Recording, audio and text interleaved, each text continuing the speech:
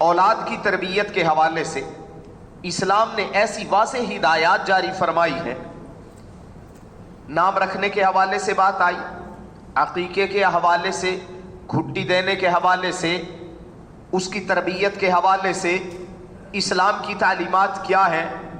رشتے ناتوں کی پہچان کروانا اسلام کا حکم ہے، رشتے ناتوں کی پہچان کروانی چاہیے۔ گھر کے اندر بھی ادب آداب کیا ہونے چاہیے سکھایا ہے۔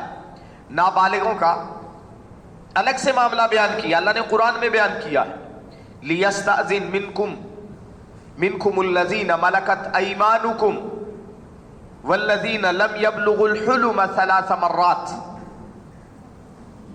اپنے گھر میں رہتے ہوئے تمہارے غلام، چونکہ غلام باندیوں کا دور ہوا کرتا تھا، تمہارے غلام اور وہ بچے جو ابھی بالغ نہیں ہوئے، نابالغ بچے، ان کو چاہیے کہ وہ اجازت لیے بغیر نہ آئیں۔ اپنے گھر کے کمرے میں بھی جانا ہے، بہن بھائی ہیں، بہنیں ہیں، یا والدہ ہے، ماں ہے، بیوی ہے، بڑوں کے لیے بھی آداب ہیں، احکامات ہیں۔ ایسے بے دھڑک نہ کمرے کے اندر گھس جاؤ۔ لیکن ہمارے ہاں عموماً طرز عمل کیا ہے، چوری چوری ایک دوسرے کے کمروں کے پاس سے گزرتے ہیں کہ اندر سے کیا آوازیں آ رہی ہیں، اور پھر وہیں چپ کر کے کھڑے ہو جاتے ہیں سننے کے لیے۔ مرد کیا عورتیں کیا، سب کی عادت ہے۔ اسلام نے منع کیا ہے، سختی سے منع کیا ہے۔ جو کسی کی ایسی بات سننے کی کوشش کرے گا جو وہ بتانا نہیں چاہتا، صرف اس کوشش کرنے پہ اس کے کانوں میں سیسا پگھلا کے ڈالا جائے گا۔ یہ ہدایات ہے۔ ہمارے ہاں تو بچوں کو کہتے ہیں بیٹا وہاں سن کے آنا، پھوپھو کیا کہہ رہی ہیں، خالہ کیا کہہ رہی تھی، تائی امی کیا کہتی ہیں، دادو کیا باتیں کر رہی تھی، وہ سنتے پوچھتے۔ اسلامی تعلیمات تو یہ نہیں، یہ تو سراسر اسلام کے خلاف ہے، اور یہ وہ باتیں ہیں جو گھروں میں سکھائی جانے کی ہے لیکن نہیں سکھائی جاتی۔ یہ طرز عمل ہے ہی نہیں، بلکہ جو بچہ زیادہ رپورٹنگ کرتا ہو نا، ماں باپ کا زیادہ منظور نظر ہو جاتا ہے، زیادہ پیار کرتے ہیں، یہ میرا بیٹا ساری باتیں مجھے بتاتا ہے، یہ میری بیٹی ساری باتیں بتاتی۔ باقاعدہ کہا جاتا ہے، باقاعدہ بتایا جاتا ہے کہ سن کے آؤ دادو کیا کہہ رہی، سن کے آؤ آپی کیا کہہ رہی۔ کیا یہ ایسا نہیں ہے ہمارے گھروں؟ سراسر اسلام کی تعلیمات کے خلاف ہے۔ وَلَا تَجَسَّسُوا، تجسس میں نہ پڑو۔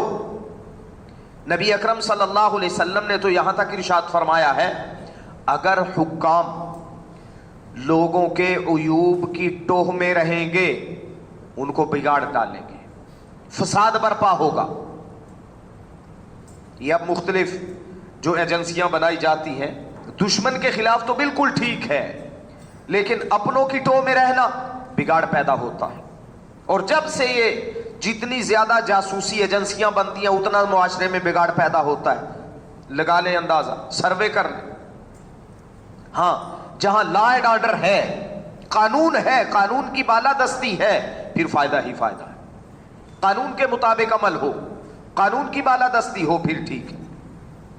تو بچوں کو اجازت لینے کا پابند بنائیں۔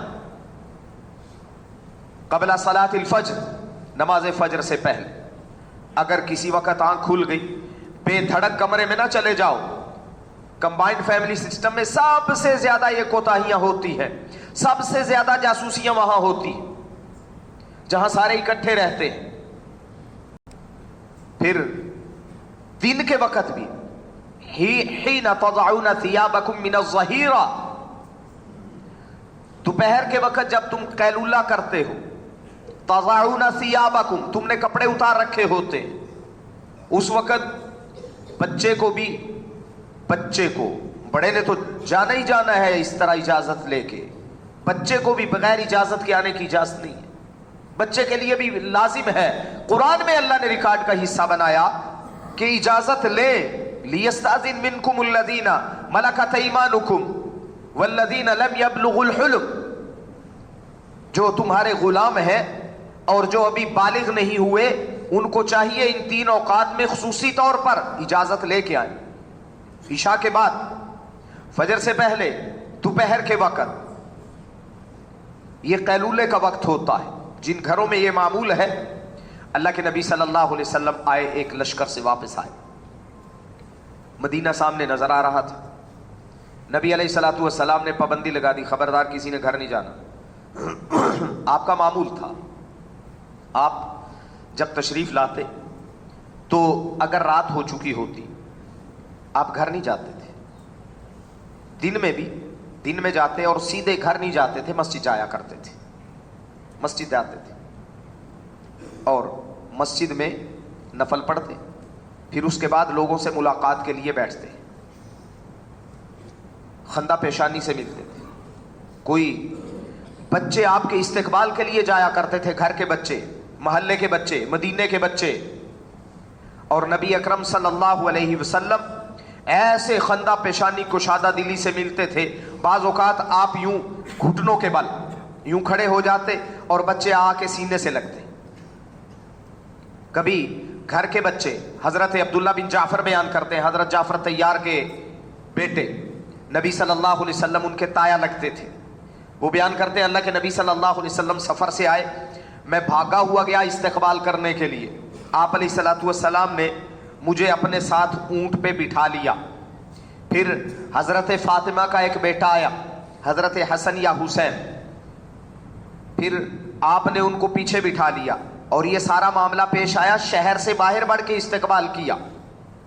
ہمارے گھروں میں کیا ہوتا ہے، بچہ قریب بھی آئے نا، سب سے پہلی ڈانٹ تو پڑتی ہے بیوی کو، تمہیں پتہ نہیں ہے میں تھکا ہوا آیا ہوں، اس کو سنبھالو نا. اور دوسری ڈانٹ پڑتی ہے بچے کو بھی، پیچھے ہٹو، تمہیں پتہ نہیں ہے مجھے گرمی لگ رہی ہے، میں تھکا ہوا آیا ہوں. اللہ کے نبی کا یہ طرز عمل نہیں تھا.